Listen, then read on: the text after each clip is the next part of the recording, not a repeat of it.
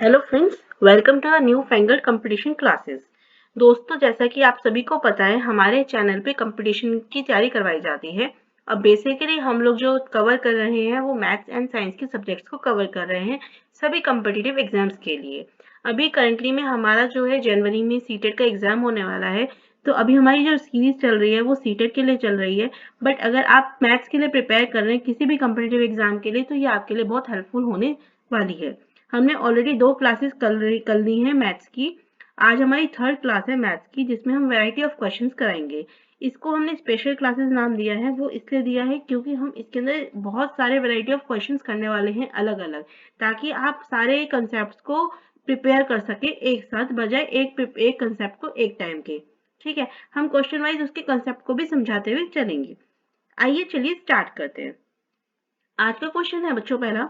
The volume of a right circular cylinder of length 1.2 metre is 4620 centimetre cube. What is the curve surface area in centimetre square of the cylinder. हमारे को बच्चों volume दे रखा है, length दे रखी है, और हमसे पूछा गया है कर्व सरफेस एरिया। ठीक है, सबसे पहले देख लीजिए बच्चों कि सिलेंडर की शेप क्या होती है। वैसे तो आप सभी को पता है, बट बेसिक नॉलेज के लिए आपको पता होना चाहिए। दिस इज योर सिलेंडर, ये आपकी सिलेंडर की शेप होती है। ठीक है, जिसके अंदर हमारा दिस इज योर बेस। ठीक है, और बेस में ये आपकी आर होती है, radius, and this is your height. Fine, यहाँ तक समझ में आई कहानी।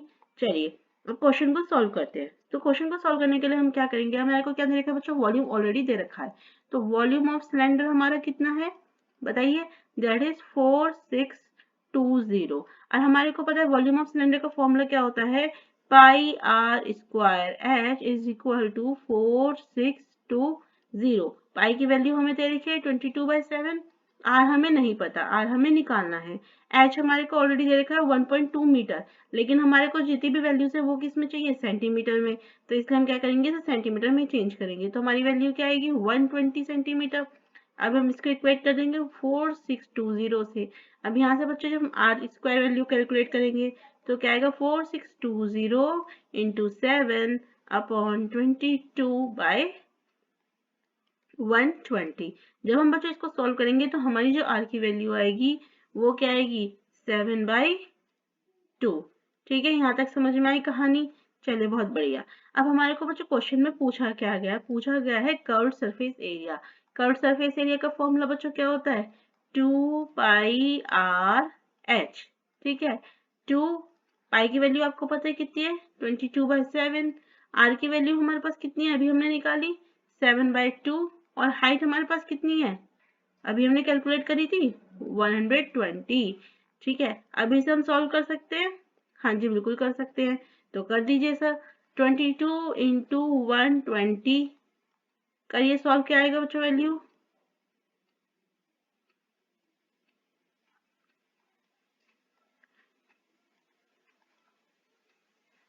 24 इंटू 24 264, तो 2640 सेंटीमीटर स्क्वायर। तो आपका आंसर क्या होगा बच्चों, ऑप्शन ए।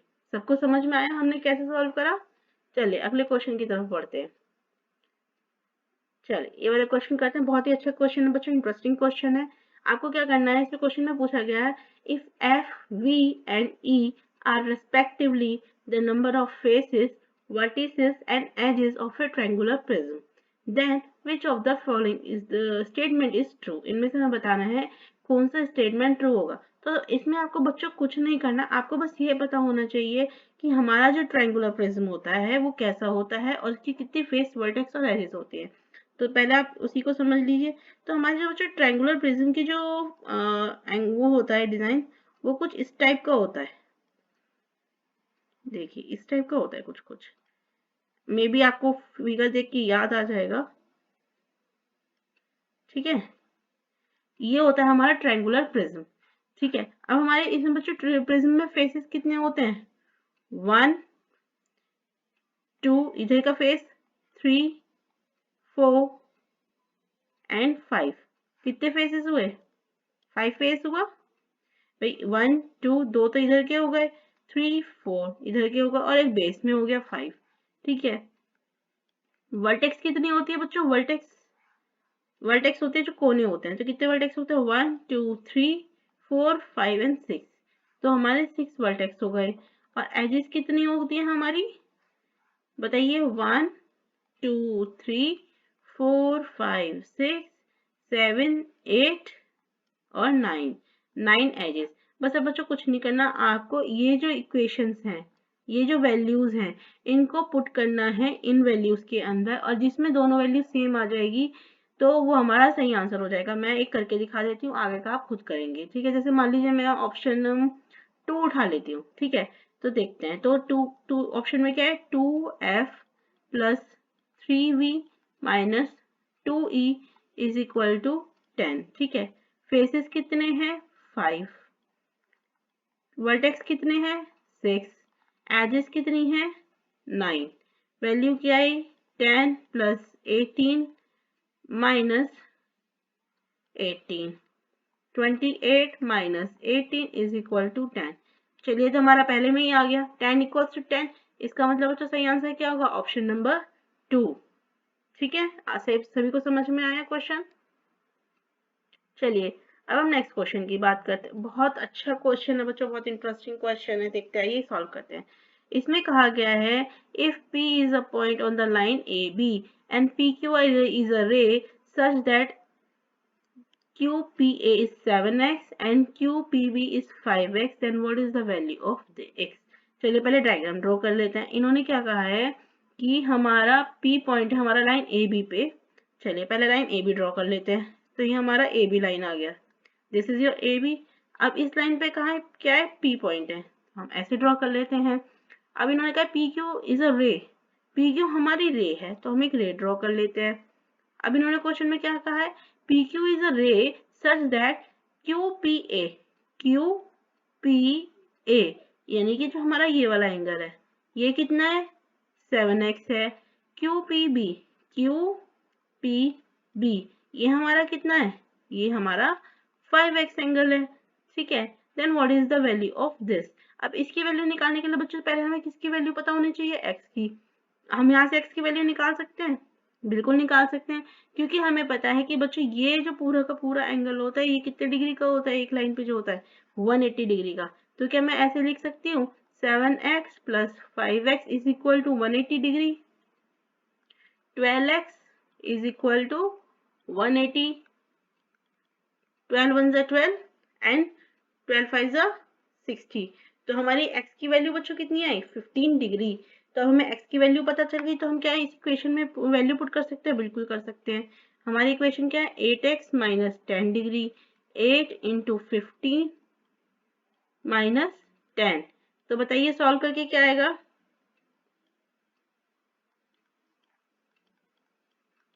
110, ठीक है। तो 100 का है ऑप्शन नंबर 2। सभी को समझ में आया हमने क्वेश्चन में क्या किया। चलिए आइए आगे नेक्स्ट क्वेश्चन की तरफ बढ़ते हैं, ठीक है। अब इस क्वेश्चन को देखिए बच्चों, इसमें क्या कहा गया, S is a point on the side PQ of A triangle PQR। ये एक ट्राइंगल है, ठीक है, इसे मैं एक ट्राइंगल बना देती हूँ PQR। अब क्वेश्चन में क्या कहा गया है, S is a point on the side PQ, PQ की साइड पे कहीं S पॉइंट है। चलिए जी ठीक है, इस तरीके से है कि RS is equal to PS। RS यानी कि एक लाइन ऐसे जा रही होगी, तो RS हमारा PS के इक्वल है और PS हमारा QS, यानी कि ये और ये तीनों की साइड क्या है, इक्वल है। If angle QPR is 15 degree, QPR right, तो ये वाला एंगल हमें दे रखा है 15 डिग्री।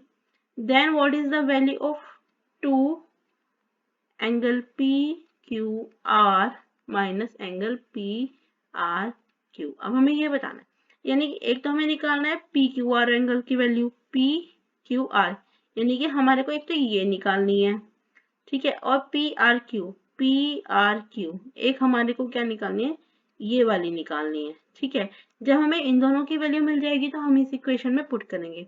अब देखिए बच्चों, अगर हमारा ये एंगल और ये एंगल इक्वल है, साइड्स इक्वल हैं, तो इनके जो अपोजिट एंगल होंगे वो भी इक्वल होंगे। अगर ये हमारा 15 डिग्री है तो ये भी हमारा कितना होगा, 15 डिग्री होगा। सावा, ठीक है। तो आप क्या करोगे, तो हमारा जो इसे हम एंगल 1 मान लेते हैं, इसे हम एंगल 2 मान लेते हैं, ठीक है। अब देखिए एंगल 1 की वैल्यू कितनी आई हमारी, 15 डिग्री, ठीक। अब ये वाला एंगल और ये वाला एंगल, अब जब इन दोनों की साइड इक्वल्स हैं तो ये भी दोनों इक्वल होंगे, यानी कि एंगल 2 और हमारा जो एंगल Q है वो भी इक्वल होंगे क्योंकि इनकी साइड्स अपोजिट इक्वल है। अब क्वेश्चन है कि एंगल 2 हमारा कैसे निकलेगा, राइट। तो अब आप यहाँ पे सोच के बताइए कि हम इसको कैसे सॉल्व कर सकते हैं, बताइए जल्दी से। जब हमारे पास ऑलरेडी यहाँ तक हमारा एंगल 1 तक निकल गया, ठीक है। अब हमारे को ये करना है सॉल्व।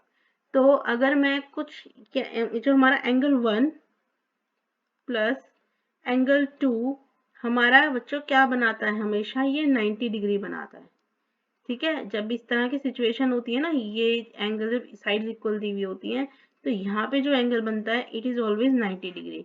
तो एंगल हमारा 1 कितना है, 15 डिग्री। एंगल 2 हम निकालेंगे 90, तो एंगल 2 की वैल्यू क्या आएगी, 90 माइनस 15, तो 5।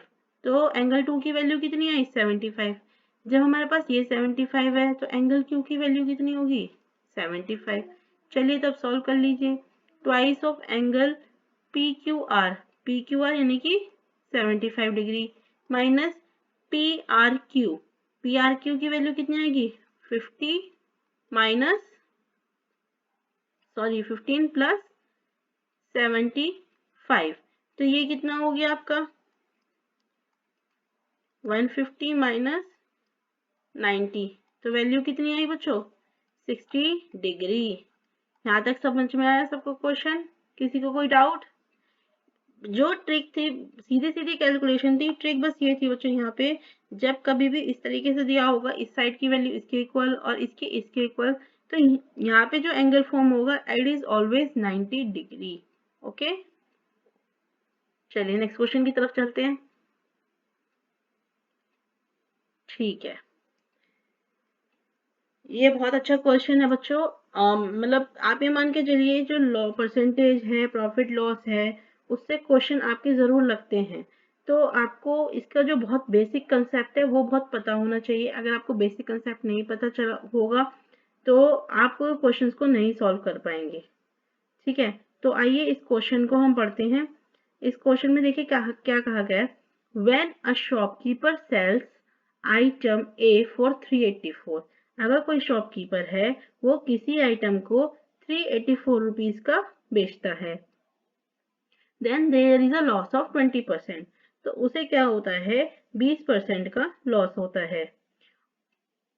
And when he sells item B for rupees 400, और जब वो 400 रुपीज की कोई चीज बेचता है तो उसको क्या होता है, उसको प्रॉफिट होता है 25% का, ठीक। तो अब हमसे पूछा गया है कि अगर वो दोनों आइटम को 852 रुपीज में बेचता है तो उसको एक्चुअली में क्या तो प्रॉफिट हुआ है या लॉस हुआ है, और फिर वो कितना परसेंट हुआ है, हमसे ये पूछा गया है। तो बच्चों हमारे पास टोटल की सेलिंग प्राइस तो दे रखी है, उस आइटम की सेलिंग प्राइस कितनी दे रखी है, टोटल की 852 रुपीज। अब लेकिन प्रॉफिट लॉस के लिए हमारे को उसकी कॉस्ट प्राइस भी तो पता होनी चाहिए आइटम की कितनी थी, ठीक है। तो हम क्या करेंगे, कॉस्ट प्राइस निकालेंगे। अब उसके लिए पहले क्वेश्चन को समझना पड़ेगा क्या है। शॉपकीपर ने आइटम को सेल किया है कितने में, 384 रुपीज में, at the cost of, at the loss of 20%। तो इसके हम पहले कॉस्ट प्राइस निकाल लेते हैं आइटम ए की, ठीक है। कॉस्ट प्राइस का फॉर्मूला बच्चों क्या होता है, 100 अपॉन 100 माइनस, अब क्योंकि लॉस में है तो इसलिए हम माइनस करेंगे, तो 20 इंटू सेलिंग प्राइस यानी कि 384, तो हमारा कितना आया, 100 अपॉन 80 इज इक्वल टू 384, ठीक है। इसको कैंसिल कर दीजिए, 2 4 ज़ा 8, 2 1 ज़ा 2, 2 9 ज़ा 18, 2 2 ज़ा 4,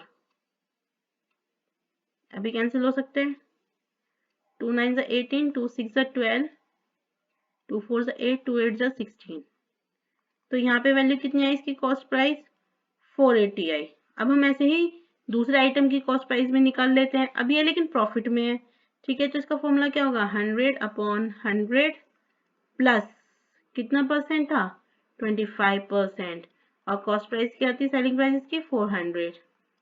ठीक, तो कितना हो गया, 100/125 इंटू 400। कैलकुलेट कर लीजिए, 25 5 जा, ठीक है, और ये कितने से जाएगा, 25, चलिए 5 से कर लेते हैं पहले।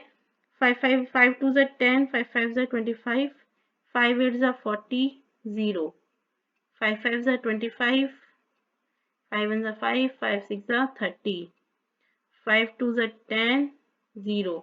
तो आपकी वैल्यू कितनी हुई, 320। अब हमारे को cost price of A and cost price of B पता चल गया। तो अब हम क्या करेंगे, कॉस्ट प्राइस निकालने के लिए टोटल 480 प्लस 320, तो कितनी वैल्यू आई हमारी, 800। यानी कि बच्चों कॉस्ट प्राइस 800 रुपए थी, सेलिंग प्राइस 852 थी, तो उसको क्या हुआ, 52 रुपये का प्रॉफिट हुआ। कॉस्ट प्राइस कितनी है, 800 इंटू 100, वैल्यू का कैंसिल कर लीजिए, आप बताइए कितना आएगा। 8 1 8, 8 2 16, 8 3 24, 8 4 32, 8 5 40, 8 6 48, तो ये डायरेक्टली तो नहीं जाएगा, ठीक है। 2 4 8, 2 2 4, 2 6 12, 4 6 24, 4 5 20, तो बच्चों क्या आया, प्रॉफिट ऑफ 6.5%। सभी को समझ में आया कैसे सॉल्व किया, गुड। आइए नेक्स्ट क्वेश्चन की तरफ बढ़ते हैं। ये बच्चों थोड़ा सा ट्रिकी क्वेश्चन है, मैं आपको ये क्वेश्चन नेक्स्ट वीडियो में अच्छे से समझाऊंगी, इसके पूरे कंसेप्ट समझाऊंगी। ये हमारा कंपाउंड इंटरेस्ट के ऊपर फॉर्मूला क्वेश्चन है, और मे भी पॉसिबल है कि मैं नेक्स्ट वीडियो में आपके लिए पूरा का पूरा ये टॉपिक लेके आऊँ, कंपाउंड इंटरेस्ट और सिंपल इंटरेस्ट का, बिकॉज इसमें से क्वेश्चन 100% पूछे जाते हैं और क्वेश्चन कैसे भी घुमा के आ सकते हैं, ठीक है। तो हम इसे नेक्स्ट वीडियो में कवर करेंगे बच्चों। आइए अब इस क्वेश्चन की तरफ बढ़ते हैं। चलिए, बहुत अच्छा क्वेश्चन है बच्चों, बहुत इंटरेस्टिंग क्वेश्चन है, इसको सिर्फ आपको माइंड लगा के सॉल्व करना है। 5x² minus 8y minus 20x plus 2xy is equal to x plus a bracket में bx प्लस 2y, ठीक है। अब हमें क्या करना है, इन दोनों इक्वेशन को इक्वेट करना है। इक्वेट करने के लिए आपको क्या करना है, इसे सॉल्व करना है। तो आप कैसे करोगे, पहले आप इस x की वैल्यू को इससे मल्टीप्लाई करोगे तो क्या आएगा, b x² प्लस 2xy, ठीक है, प्लस अब इस a को मल्टीप्लाई करोगे इस वाली वैल्यू से, तो क्या आएगा, abx प्लस 2ay। अब आपको क्या करना है, आपको इक्वेट करना है। यहाँ पे x² है, यहाँ पे x² है, तो अगर यहाँ पे हमारी 5 है तो b की वैल्यू कितनी हो गई, 5, ठीक है।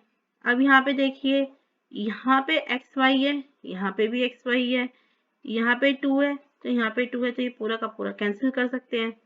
यहाँ पे कितना है, y, और यहाँ पे कितना है, यहाँ पे भी y है, ये 2a है, यहाँ पे -8 है, तो यानी कि 2a इज इक्वल टू -8, तो a की वैल्यू कितनी आ गई, -4। अब इन्होंने क्या कहा है, A B is equal to -20, तो आप जब ए बी करोगे तो यही वैल्यू आएगी, बिल्कुल आएगी। तो अब हमें सॉल्व क्या करना है, a माइनस बी, बस वैल्यू पुट कर दीजिए, आपके पास a की वैल्यू है, b की वैल्यू है। a की वैल्यू कितनी आई, -4, b की वैल्यू 5, आंसर क्या आएगा, -9, तो आंसर विल बी 3।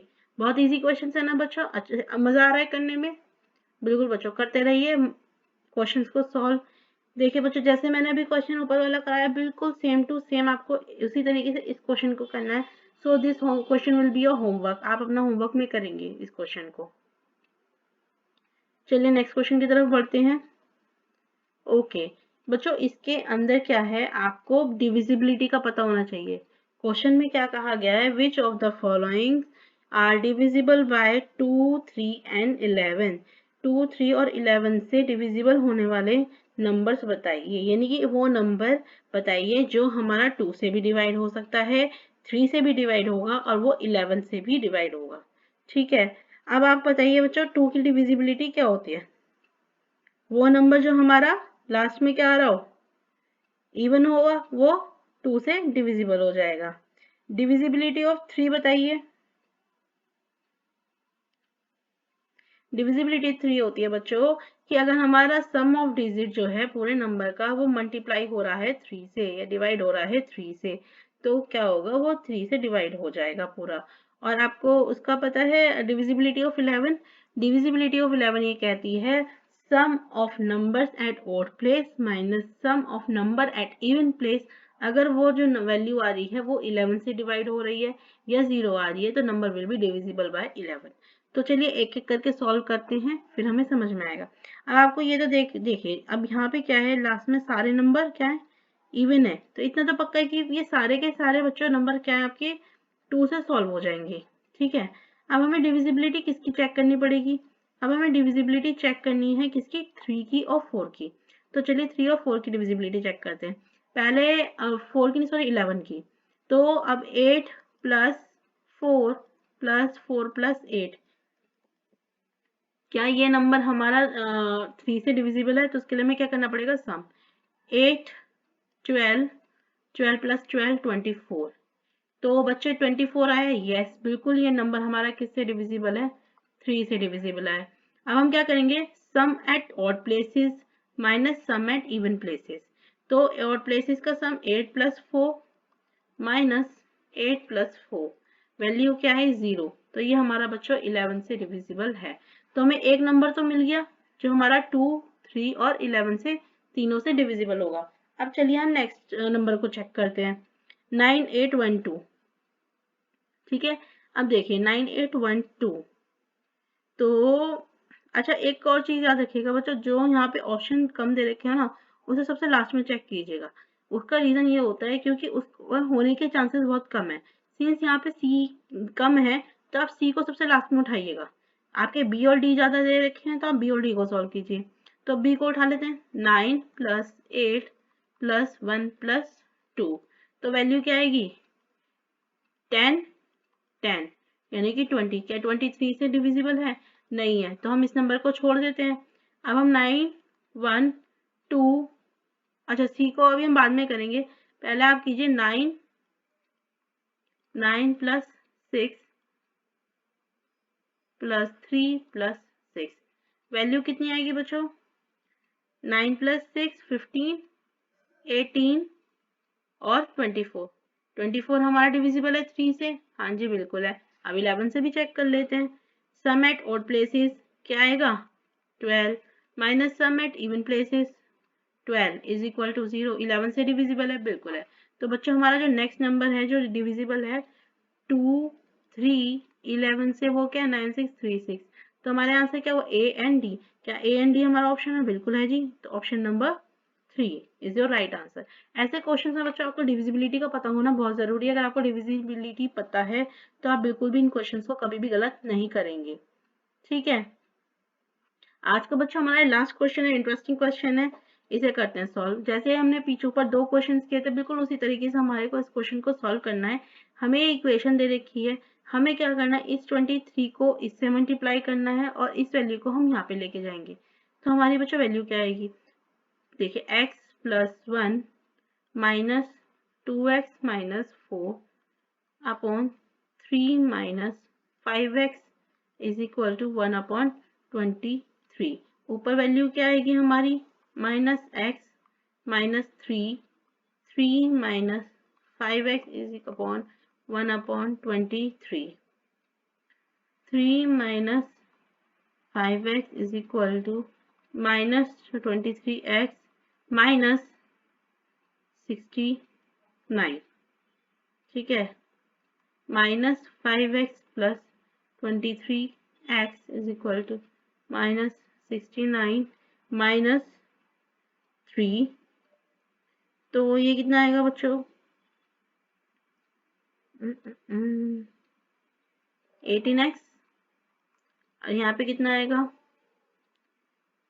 72। x की वैल्यू क्या आएगी,